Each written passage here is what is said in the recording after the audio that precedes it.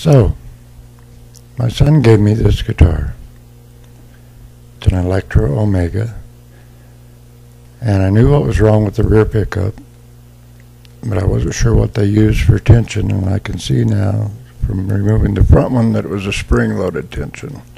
Went to Radio Shack at Ace Hardware here in town. Looked for springs, no springs. So on the way out, I grabbed a couple of pins. Voila. Exactly what I needed.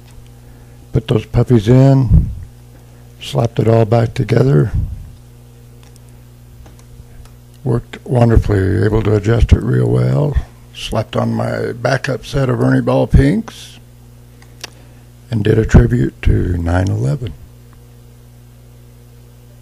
So if you're in a bind for humbucking springs, ink pens